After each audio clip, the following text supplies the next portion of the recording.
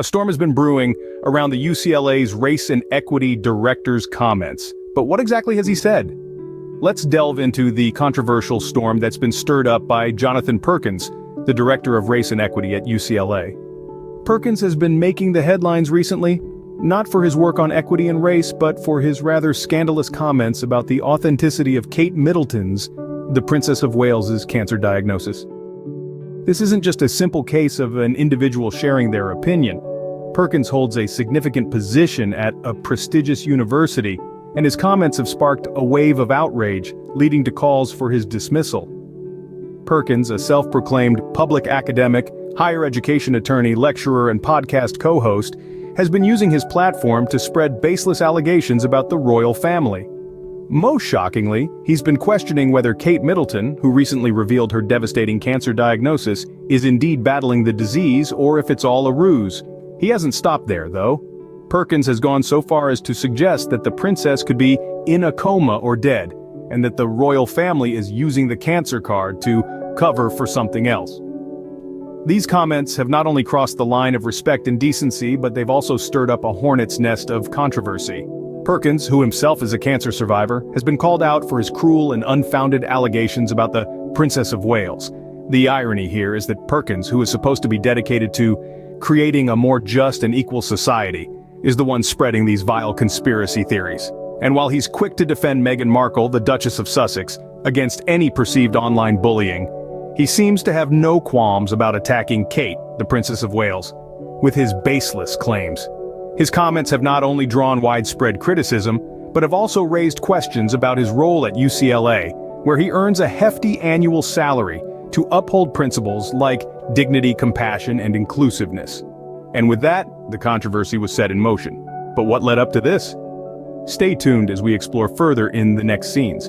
To understand the controversy, we need to rewind the clock and trace the sequence of events. It all started in March of 2024 when the world was taken aback by the news of Catherine, Princess of Wales, being diagnosed with cancer at the tender age of 42. This news was a shock to everyone around the globe, and it led to her withdrawal from public life. The hope was that this would put a halt to the feeding frenzy that her life had become. However, that was not to be the case. The news of her diagnosis seemed to only fuel the fire of conspiracy theorists and social media trolls.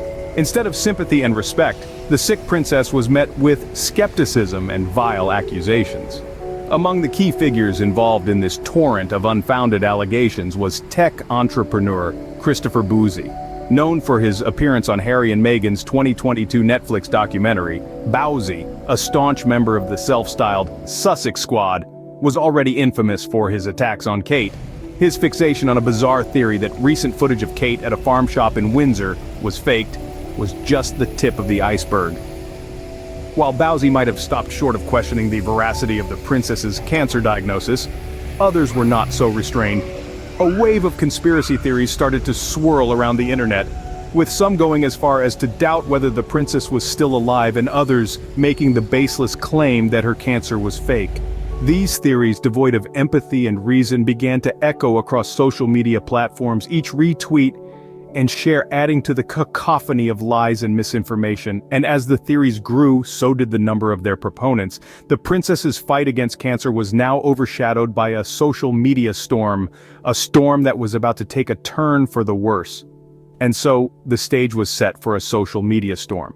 Now that we have the context, who is this UCLA director stirring the pot? Meet Jonathan Perkins. He's a lawyer by trade, having earned his stripes at the esteemed University of Virginia before moving on to work in Harvard's prestigious Office of the General Counsel. These days, however, he's better known in his role as UCLA's Director of Race and Equity, a position that sees him raking in a cool $126,000 a year. On paper, Perkins seems to be the embodiment of the ideal modern academic. He's a public figure, an educator, a higher education attorney, and a co-host of a podcast. He's built a following of over 31,000 people on his X account, where he often shares his thoughts and perspectives on a variety of topics. But Perkins isn't just another face in the crowd. His posts reveal a particular fascination with the Duchess of Sussex, Meghan Markle. He's an outspoken defender of Meghan, regularly calling out what he perceives to be unjust treatment of the Duchess by the media. In one post, he even declared, "You realize whole tabloid departments are dedicated to making up crap about Meghan Markle?" In another, alongside a picture of the Duchess, he wrote, "FYI, this is an American Princess Meghan Markle stan account."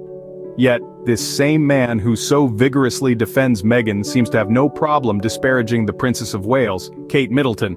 His posts have been filled with baseless claims about Kate, including the outrageous assertion that her recent cancer diagnosis is a fabrication. He's even gone so far as to suggest that the royal family is using the cancer card to cover up some other nefarious goings-on.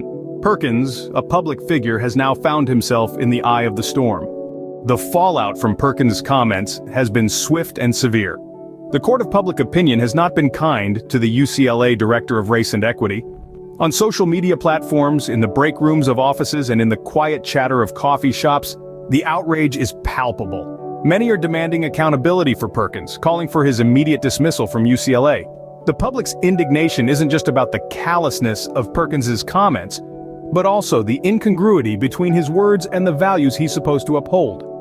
As the Director of Race and Equity, he's expected to promote compassion, inclusivity, and respect for all. Yet his baseless assertions about the Princess of Wales' cancer diagnosis seem to fly in the face of these principles. The irony isn't lost on the public. Many are asking how someone who's supposed to foster understanding and dignity for all could spread such harmful conspiracy theories. The outrage is further fueled by the fact that Perkins, a cancer survivor himself, is the one casting doubts on the princess's diagnosis. Petitions have started to surface online, with thousands of signatures demanding UCLA to take action.